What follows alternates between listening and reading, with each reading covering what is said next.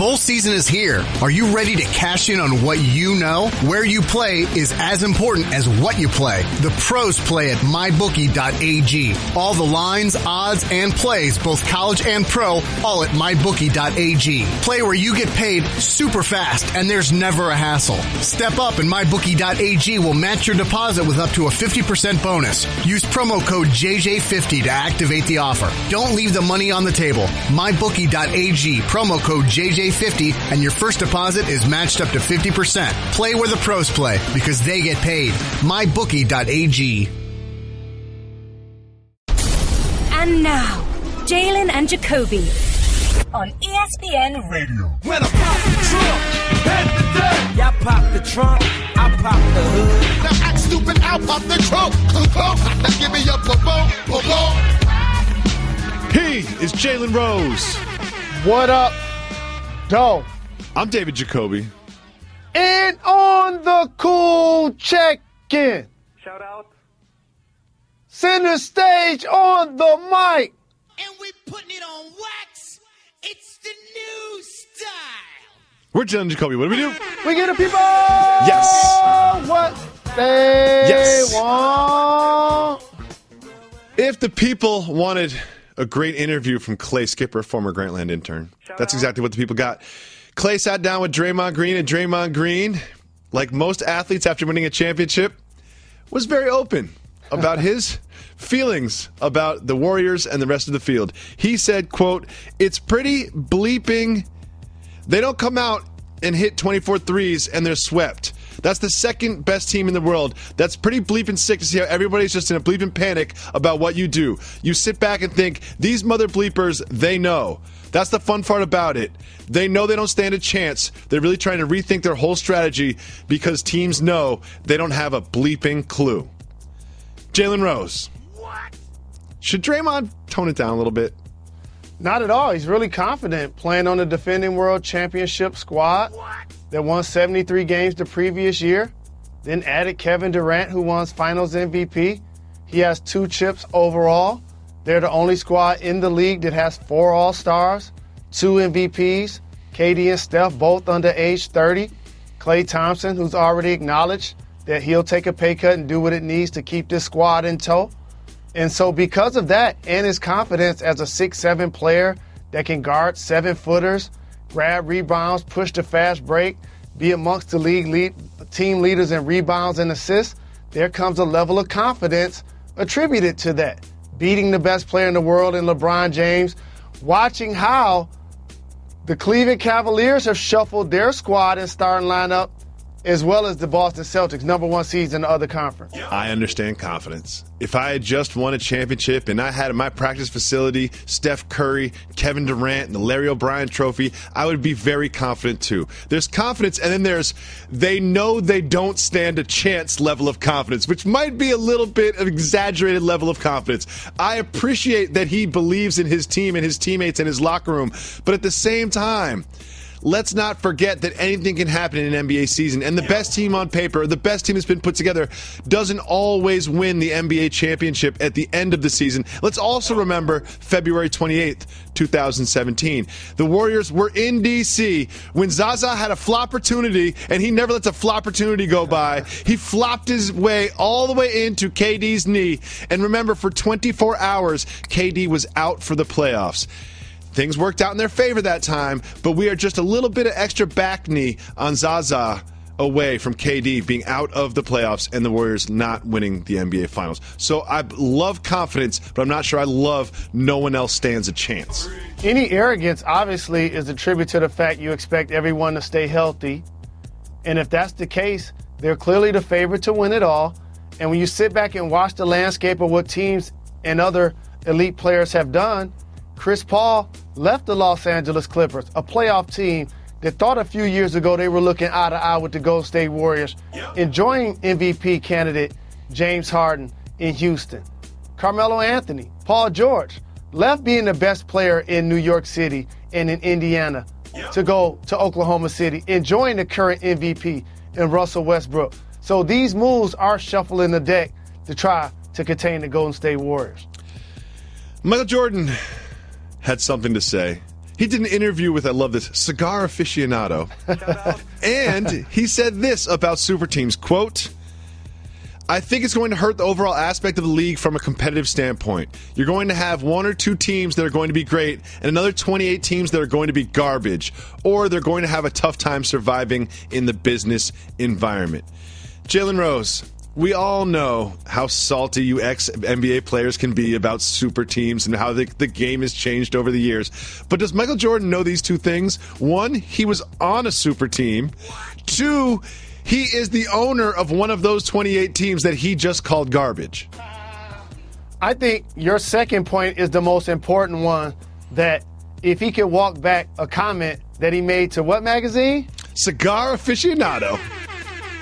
MJ is the GOAT. How about that? He really is. He really no is. doubt about it. Can we just pause this topic for 1 second and talk about what's really important from this interview? He said he smokes, hold up, 6 cigars a day. Jalen, 6 cigars a day. A cigar, we did research, a cigar burns anywhere from 30 minutes to 2 hours. So he's spending between 3 and 12 hours a day smoking cigars. That's too many cigars. And also, for health reasons, this is why when you're the greatest basketball player of all times, you can't follow everything he does. Mm-hmm. Because he's been a person that loved to engage in the cigars for a really long time.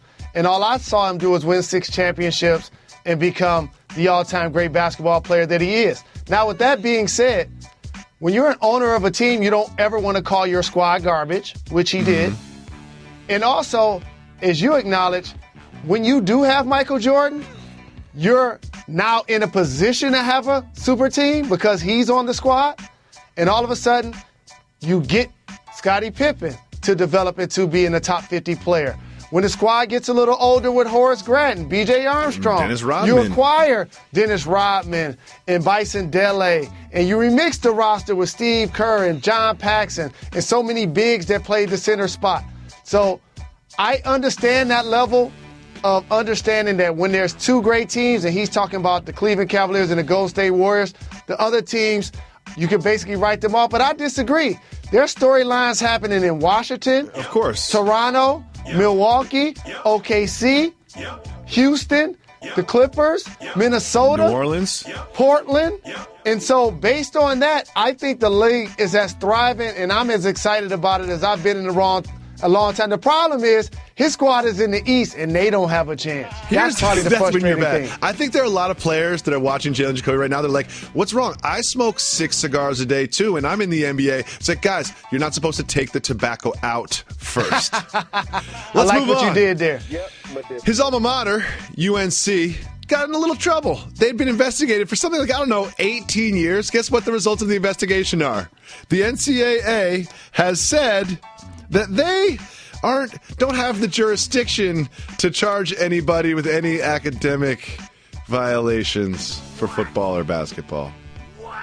You think this is just, right? How about this? So let me get this right. There's no justification to punish an academic institution and 50% of paperless classes that were taking over a 20-year period, and half of those individuals were student athletes.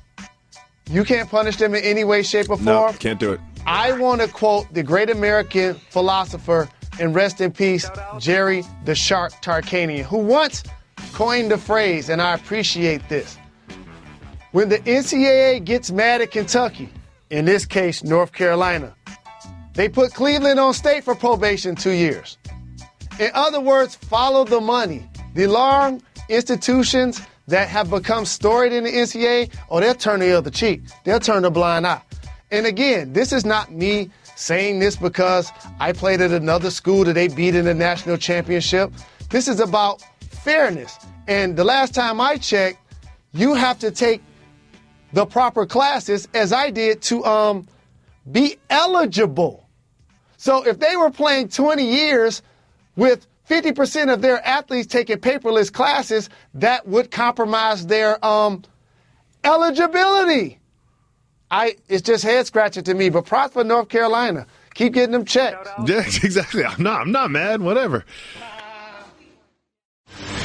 Bowl season is here. Are you ready to cash in on what you know? Where you play is as important as what you play. The pros play at mybookie.ag. All the lines, odds, and plays, both college and pro, all at mybookie.ag. Play where you get paid super fast and there's never a hassle. Step up and mybookie.ag will match your deposit with up to a 50% bonus. Use promo code JJ50 to activate the offer. Don't leave the money on the table. mybookie.ag, promo code JJ50, and your first deposit is matched up to 50%. Play where the pros play because they get paid. mybookie.ag.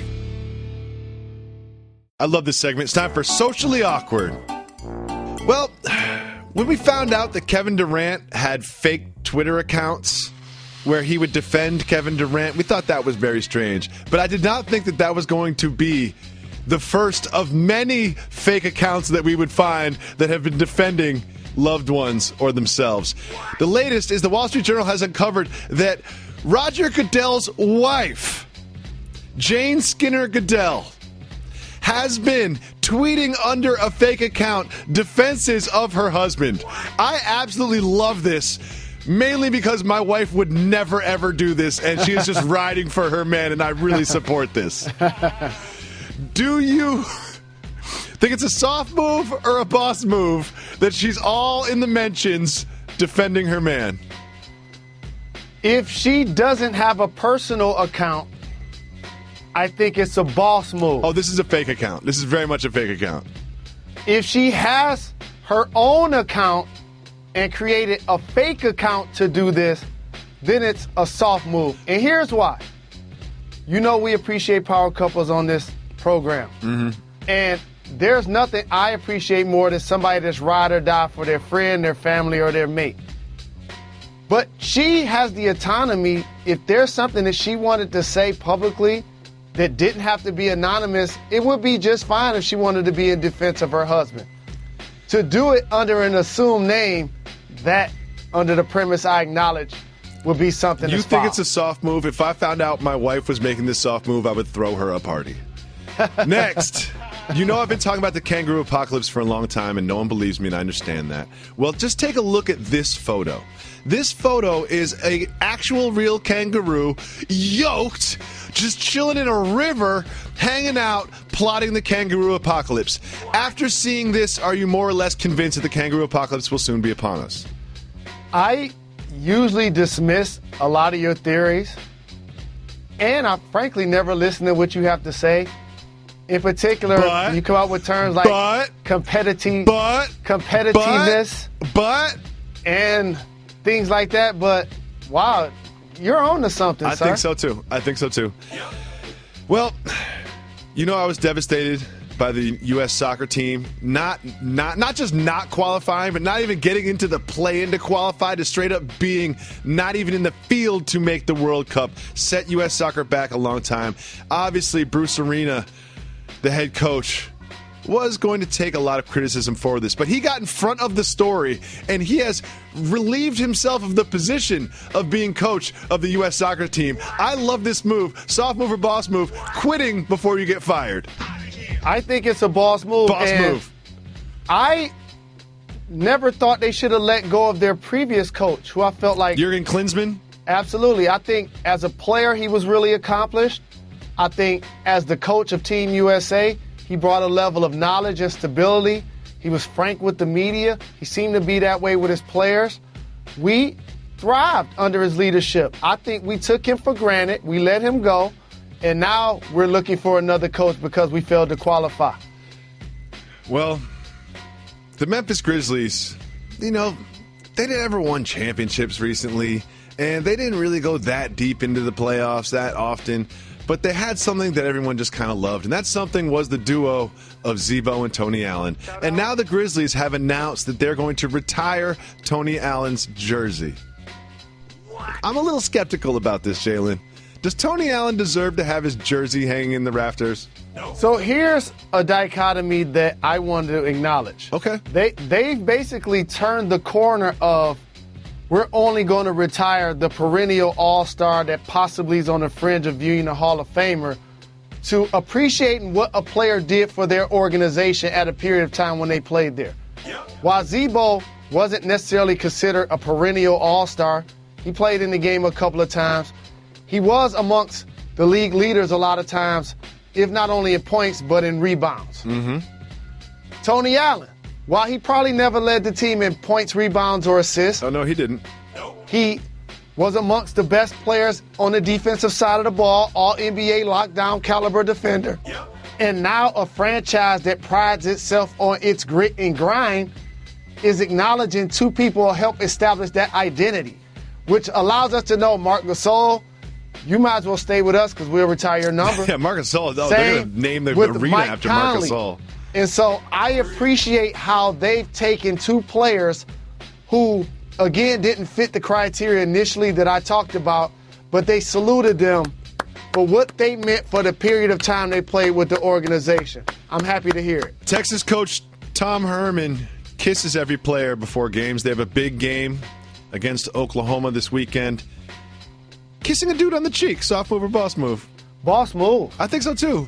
I've got some friends that kiss in the cheek.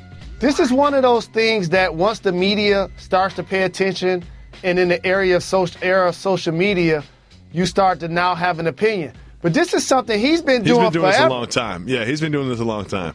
He just was not the head coach, and he was not in the spotlight. But there's no substitute for love. And as he mentioned, as a football player, you're about to go into combat. And he basically says if he had a son that was about to initiate himself in this level of physicality that takes place on the field where any outcome could possibly be your destiny, he would give them a kiss prior to let them know how much he loves them. And I appreciate that, boss move. I appreciate it, too. Everybody, some people are huggers, some people are handshakers, and some people are kissing the cheekers. You just got to establish who you are and just be who you naturally, organically are. I won't be kissing you next time I see you, though, Jalen. I'm going to kiss you. Again, today we are preempted by the Major League Baseball playoffs, so we do not have a radio show. So we're just doing the television show, but we will always leave you with exclusive content for the podcast, give you a dope pod to step to. Yes, indeed. Jalen Rose tries about 10% of what he normally tries during the television show during this section. He's looking at his phone right now. He's locked in. He just knows I haven't asked a question. I'm going to have to do this thing for a while. Locked up. They won't let me out. If you call 985-80-JALEN, you can leave us a voicemail. If you leave us a voicemail and you give Reggie a shout-out, we'll play it on the show. For somehow that's what this has turned into. What up, Doe? This is Alex from Buffalo, coming at you from Pittsburgh. First of all, a couple shout-outs. I want to give a huge shout-out to Alex, part of the crew. He's not in my phone. I just, love his name. He has a great name. Since we have the same name, got to shout him out, just like Jacoby shouts out the other Jacobys. Also, huge shout out to Harlan. Don't really talk about him a lot. Big shout out to my man. Also, of course, huge shout out to Reg. Congrats on that Yankees victory. I know you were pumped about that. Also, little question. I know this is for only people that listen to the show, but is the producer that doesn't like his name said John Lawrence? Haven't heard a lot about him since the Family Feud days, which I wish you'd bring that back. Can't wait. Big shout out to Kobe for the win in the Family Feud. But, shout out to John Lawrence. Hope he's okay. I hope he's not too mad at me if he's the guy that doesn't like his name said on the show. Last two things real quick. The guy who wanted to fight Jacoby yesterday, we need more backstory on that. Who is the guy? Why did he want to fight you? Why does he hate you? Would you win the fight? I'm assuming yes. Last question. Who wins Rookie of the Year in the NBA? I'm a huge Dennis Smith fan, so I think he can do it, but we'll see. Let's see what you guys think. Thanks. Later. So I'm going to let you answer the first part of the call. Appreciate the support. Shout out. I'll take the second half of the call. The person that doesn't like his name called isn't John Lawrence, Carlos, Harlan, Reggie, Alex, or Curtis. It's Barron. It's Barron. And the thing is, I got to just tell y'all something. I love Barron the most. He's my favorite. He knows this. We go back since the Bristol days. Okay. Now, as it relates to the person that wanted to call and fight Jacoby, I don't know who that is, but I'm going to make a suggestion. It's Amari Stoudemire. I don't even, one thing that I do is not a good habit is I drag everything to the trash at the end of the day. I don't even know what he's referencing. And we did it yesterday. Like, it was just 24 hours ago. I have no idea what he's even referencing. Because you have a great emotional delete button, almost like doing it on your cell phone or doing it for emails. Once you press it, it's gone forever. Gone forever. And finally, he wants to know about Rookie of the Year. It's an interesting field. I think it's an exciting field. There's many contenders, but I have my eye on Ben Simmons for Rookie of the Year. I really do. I think that he's going to get the buckets himself. He's going to give buckets to everybody else, and he's going to fill the stat sheet. Rebounds, assists, and steals. Rebounds, assists, points, steals. So this is where I need to own this because I'm going to be asked this question a lot. Yeah. And it's about time for me to get on wax about this conversation because I truly haven't. So here's what I'm going to say for Rookie of the Year because I want to make sure I take my time and say this right because when I say things, I want to make sure I'm accurate. So I'm going to not only tell you who's going to be Rookie of the Year, but I'm going to tell you who not to sleep on. And we putting it on wax. The Rookie of the Year, you ready for this? I'm ready. It won't be Ben Simmons. Okay. Do I get a drum roll or anything after these names? It won't be Ben Simmons. Drum roll, that's not how drum rolls work, but continue.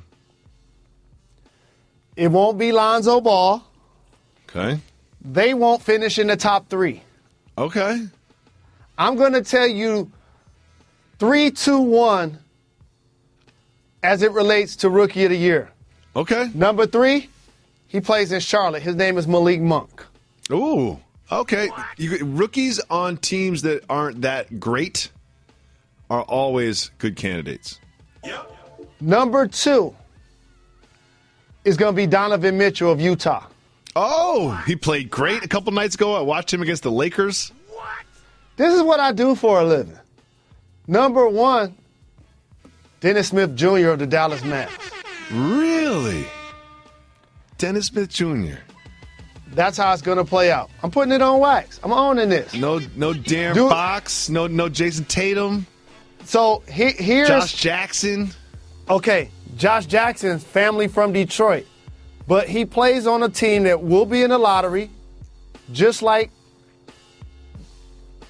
Ben Simmons. But the difference is he's not going to immediately come in and be able to take 15 to 20 shots a night. Ben Simmons will have the opportunity to take 15, 20 shots a night, but he's not much of a shooter. Yeah, he's just going to pass those shots up. Yeah. Lonzo Ball could take 15 to 20 shots a night, but he's a pass-first performer. Jason Tatum could take 15 to 20 shots per night, but he plays on a team that's going to be the number 1 seed in the Eastern Conference. So the guys I just mentioned are going to be amongst their team's leaders in scoring and shot attempts and minutes. And based on that, that's going to be my top 3 in that order for this year's Rookie of the Year. Thanks so much for the call, Alex. Multifaceted call. Huge shout to one of the architects of this program, one of our brothers, John Lawrence. The Law. What up, Doe? Next, we're going over to Twitter. This is from Laugh Now. Your Uber driver continuously runs red lights, but you arrive early at your destination. Do you give him a good or a bad rating? Well, that's a 5 stars. I'll give you 6 stars. I'll give you one of those compliments that I've never given any Uber driver before if he runs red lights for me. Gives me a lot of life lessons, and I appreciate my brother on and off wax. Whenever there's a compliment, you know what's coming next. He was the one that showed me that I need to do a better job of rating Uber drivers because initially I was not doing it. Yep. I rarely do it myself, to be honest. And so unless they have an accident or they're talking to me the entire time, I give them 5 stars. What if they cause an accident that you're not involved in? That doesn't bother me. Non-fatal. We'll call it non-fatal. But here's two things. They cause a fender bender, but they're not involved. You just drive away. If you're driving and you cause a fender bender, do you keep moving? As the person who drives himself very limited, and sometimes I'm running late, so I will go 3rd or 4th lane. Mm-hmm. I will run red lights. Ooh. I will go to the far right lane to make a strong left turn. I know that move. If my driver is doing that to get me to the airport or get me to work or somewhere I need to be on the time, not only is he getting 5 stars, I got 220s for him. Okay, 220s. Or her, no question. 220s. Absolutely. Oh, wow. Let's listen to another voicemail. What do you do, guys? This is Reggie. Shout out to Reggie. You know, he's probably the coolest guy out there because his name is Reggie. Jalen, you're the luckiest man of all time having Molly by your side. Wish you guys nothing but the best.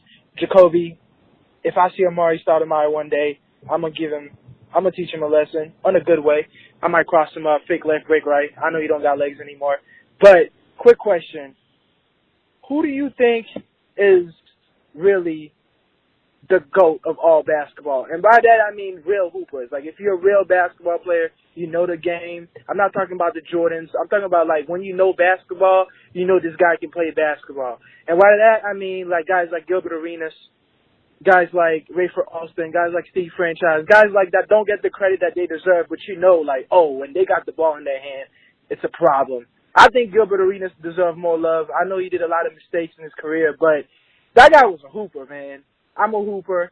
I want you guys to take on that. Who are some of the most underrated hoopers of all time that are like the GOATs when it comes to the street ball? I think Gilbert Arenas, Rayford Alston, those guys. Obviously, Stephon Marbury. I don't know, man. Let me know. Shout out Reggie again because, you know, Reggie's got to stick together. Goodbye. And shout out to Haiti. That's where I'm from. Sakpase, Nabule, all the Haitians. What's up? Thank you for the call. Appreciate the love. It's a lot to unpack there. There's a lot there. His name's Reggie. Reggie's name is Reggie. He's Haitian. And for everybody that doesn't know, when you're giving shout-outs, y'all might as well add his last name. The person on the board is actually Reggie Noble. It's Reggie Noble, the actual Red Man. We have the actual Red Man here. We don't even pay him. He just shows up every day. He's not an official ESPN employee. We're just not going to tell him not to show up because we love having him around. And we have medicinal reasons that we take care of him to keep him happy. Exactly. Yep, medicinal. A couple of things.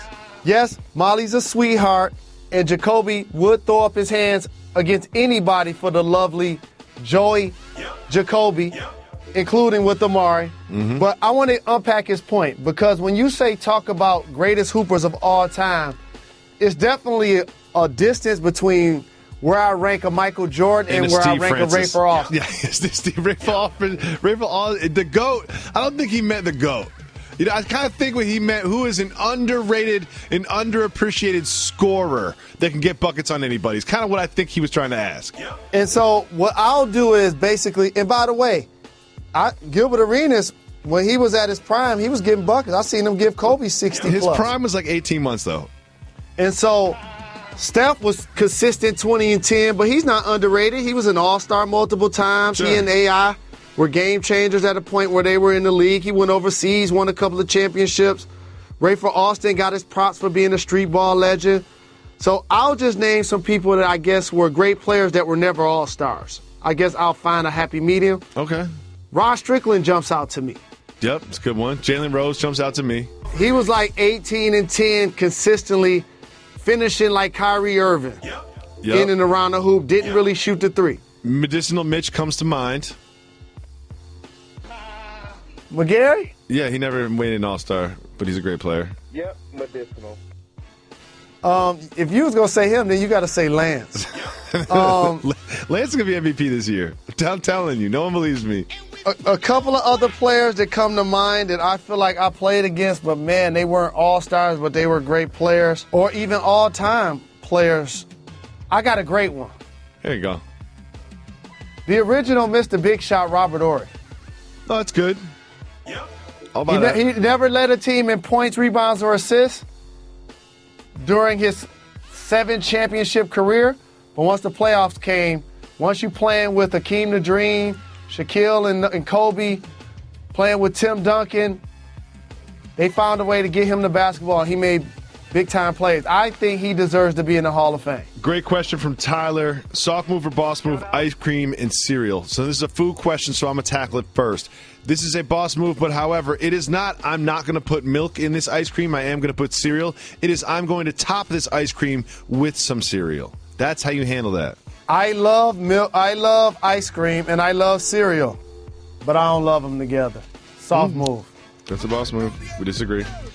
Smokey Rondo has a good point. I love Smokey Rondo. He's got a great name, so I'm going to say it. Going to the movies is a horrible date, right? Yes, Smokey, you are correct. Going to the movies is a bad date. You're correct, Smook. Why would you, especially early on in the relationship, why would you pay money and you only get so much time with this young man or young lady, you're going to spend it not talking to each other in the dark? Let's listen to one more voicemail. What's up, Jalen Jacoby? This is Brando from Queens, New York. And I got a question for you guys. Well, the last time I heard the podcast, which I'm catching up, I was in Italy with my girlfriend, Michelle, the one who freestyled. Shout out. And I heard Jalen said that the Knicks should retire Carmelo Anthony's jersey, which they should retire is Sprewell, because Sprewell went to the finals. Even though we lost to the Spurs, what can you do? So what do you think, Jalen?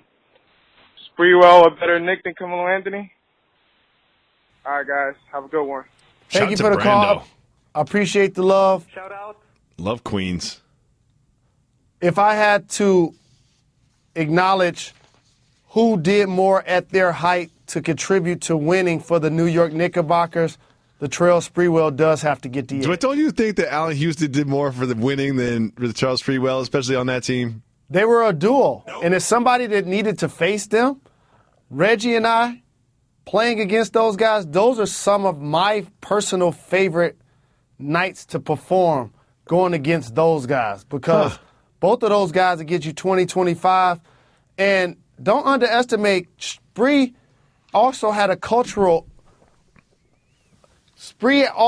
impact culturally with the cornrows and the growl that he performed with. Mm-hmm. And so under that circumstance, playing with Patrick Ewing clearly would have to get the edge to Spree. Oh, I'm going Allen Houston. He didn't say Allen Houston. I know. I'm saying I would say that Allen Houston would probably did more and should probably be recognized before Latrell Sprewell. That's all that I'm saying. Let's listen to another voicemail. What up, doe? It's your boy Matt Blair out of Fort Lauderdale. Long time listener to the podcast. Appreciate y'all intro. I be jamming it all the time. All of your ad libs I use in daily life. Not gonna be able to do it. Anyways, I was just listening to the podcast on the way to work. And you guys were talking about the name Jerome. Funny thing, I stumbled upon this one day about 2-3 months ago. Jerry Seinfeld, his real name is Jerome. That blew my mind. But I do got a question for you guys. In the East, other than the Boston Celtics and the Cleveland Cavaliers, what are the other teams to watch for? Because I'm looking at the West and it's stacked, and I feel like watching the East is going to be a waste of my time. Let me know what you guys think. Keep giving them checks. Keep giving the people what they want. Got to give the people what they want. Shout out Reg. Shout out Alex. Shout out Harlan. Shout out Carlos. Shout out to the whole staff. And shout out to you guys for giving the people what they want. Thanks. Peace. One of my favorite callers. Really? No doubt. I love knowledgeable individuals that call the program, support the program, shout out the entire staff, and have knowledgeable questions that they want to get answered. That's great. One of my favorite callers. Well, I like that he pointed out the fact that Jerry Seinfeld's name is Jerome. Because I made the point that while Jerome is not a cultural name, you won't see a lot of people with my complexion running around calling themselves Jerome. Yep, you did. They turned into Jerry really quickly, and Jerry Seinfeld is one of them. If Jerry Seinfeld went as Jerome Seinfeld, would his career be drastically different? No. I don't think so either, but it's just something worth considering. No. He's just a talented individual. All right. We always give the people what they want. We're going to go back to our Twitter feed. Here's a question for Florin. Florin says, would you rather have a full-grown beard without hair up top or full-grown hair but can't grow facial hair? Well, this is an easy one. We know where Jalen stands on this one. Well, first off, I can't grow a beard at all. Nope. Even if I wanted to. I don't know if it's because I have so many bumps and blemishes on my face growing up that it just gave up. Not everybody can do it. Steph can't do it either. I don't know why I can't. Maybe my skin is too oily, but whatever it is, I cannot. And so based on that, no question, I'll take the hair up top in any way, shape, or form and no hair on my face. I think everybody would agree. Yep. Thanks so much for listening to the podcast. We will always leave you with a dope pod to step to. Don't forget to subscribe to the Nickel Package Podcast, another podcast that I'm on without Jalen Rose. It's about football. It's excellent. A lot of people that you would like to listen to are on that podcast as well. We'll be back next week to give the people what they want. Jalen, do you have any advice for our listeners over the weekend? Enjoy yourself. We talk about the fact that people don't celebrate life enough. Just enjoy yourself. Take care of yourself and your family. Travel in peace. Give each other respect. Paw Patrol.